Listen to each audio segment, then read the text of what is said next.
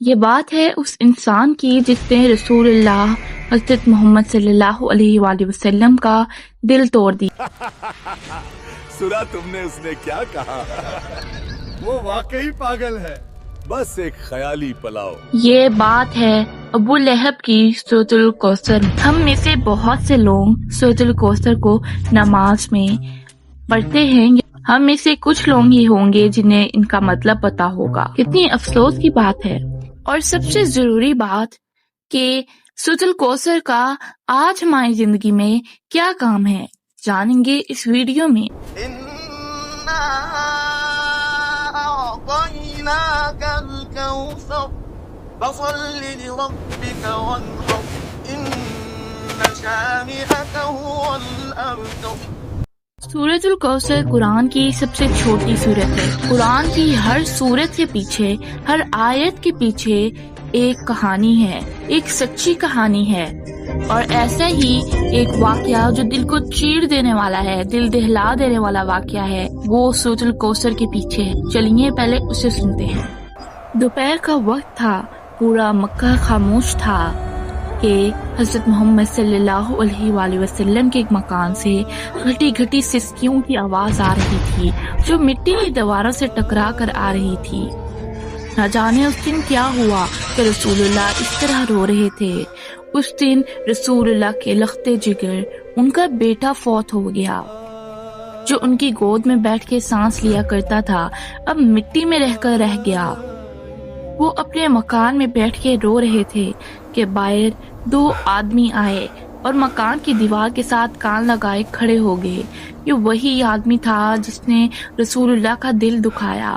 یہ آدمی اور کوئی نہیں بلکہ حضور صلی اللہ علیہ وآلہ وسلم کا چچا تھا۔ مجھے بھی بتاؤ بولا کیا معاملہ ہے؟ صبر رکھو صبر۔ وہ دیکھو بطیرہ محمد۔ اندر سے آتی ہوئی ہر سسکی اس کے چہرے پر مسکان اور مسکراہٹ کا باعث بن رہی تھی، اور پھر وہ خوشی سے چلایا، وہ دیکھو بطیرہ محمد۔ یہ سن کر رسول اللہ کا دل بہت زیادہ زخمی ہوا اور وہ سب کو مٹھائیاں بانٹتا رہا اور کہنے لگا، تم نے سنا؟ میرے بھتیجے کی جڑ کٹ گئی، اب کوئی نہیں اس کا نام لینے والا۔ رہا اور ہنستا رہا، مگر اللہ نے اپنے پیارے رسول حضرت محمد صلی اللہ علیہ وآلہ وسلم کو اکیلا نہ چھوڑا۔ انہوں نے حضرت محمد کو ایک تحفہ دیا اور وہ تحفہ تھا سورۃ الکوثر۔ انہوں نے کہا، اے نبی آپ فکر نہ کرے، ہم نے آپ کو کوثر عطا کی ہے، اور بس آپ اپنے رب کی عبادت کیجیے۔ اور وہ جو آپ کو بار بار بطیلہ محمد کہتا ہے کہ محمد کی نسل کٹ گئی، آپ دیکھیے گا ان کی نسل نہیں بڑھے گی اور ان کی نسل کٹ جائے گی۔ اور پھر اللہ کے نبی کے چہرے پر مسکان آ گئی۔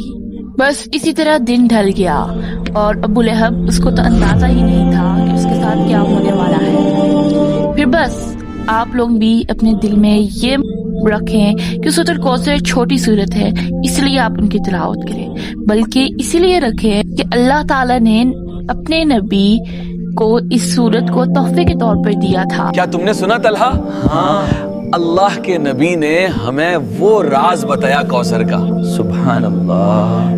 سب سے پہلی آیت جو کہ ہے انا اعطیناک الکوثر، انا کا لفظ قرآن میں جہاں پر بھی آتا ہے اس کا مطلب ہے اس بات پر زور دیا جا رہا ہے، جبکہ اس آیت میں لکھا گیا ہے کہ بے شک ہم نے آپ کو کوثر عطا کی ہے۔ اب کوثر کیا ہے؟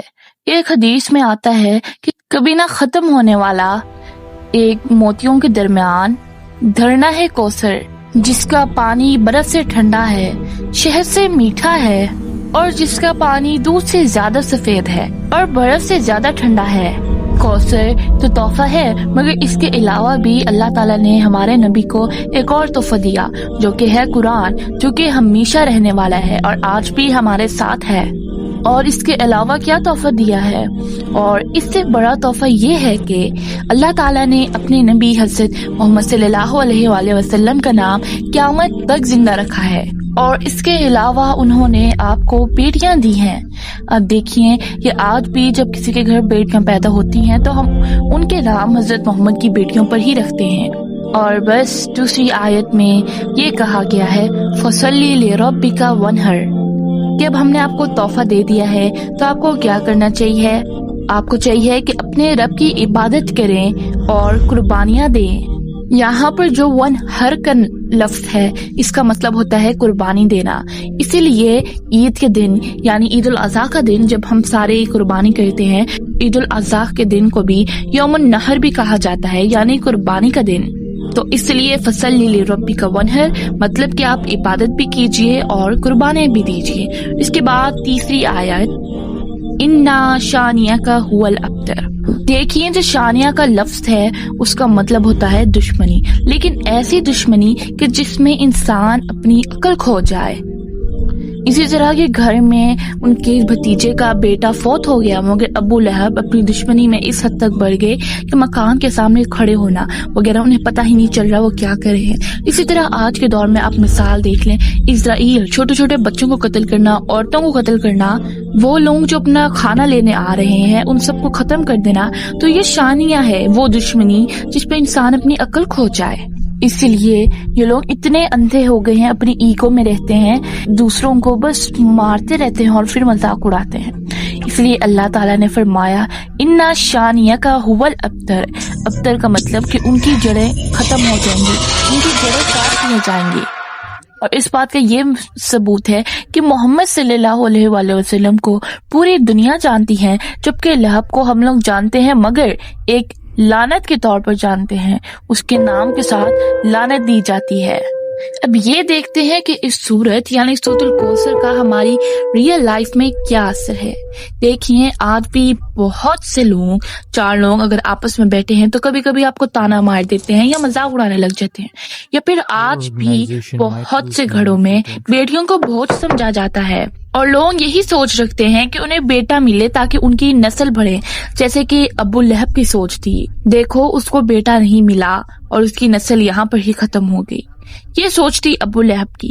اور اسی طرح آج سے بہت سے لوگ بھی ابو لہب کے راہ پر ہی چل رہے ہیں، یہ کہہ کر کہ بیٹیاں ان پر بوجھ ہیں، جب بیٹیاں پیدا ہوتی ہے تو اپنا سر پٹنے لگ جاتے ہیں اور انہیں نسل بڑھانے کے لیے صرف اور صرف اپنا نام اور ایک بیٹا چاہیے ہوتا ہے، بے شک ان کے خاندان کو آگے جانتا ہی کیوں نہ کوئی ہو، مگر انہیں صرف اور صرف چاہیے تو بیٹا۔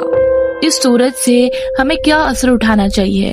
مطلب کہ جب کوئی پریشان ہو اسے تسلی دے، اسے کمفرٹ کریں، جیسے اللہ سبحانہ تعالیٰ نے صرف اور صرف 3 آیتوں میں اپنے نبی کو یعنی رسول اللہ کو تسلی دی۔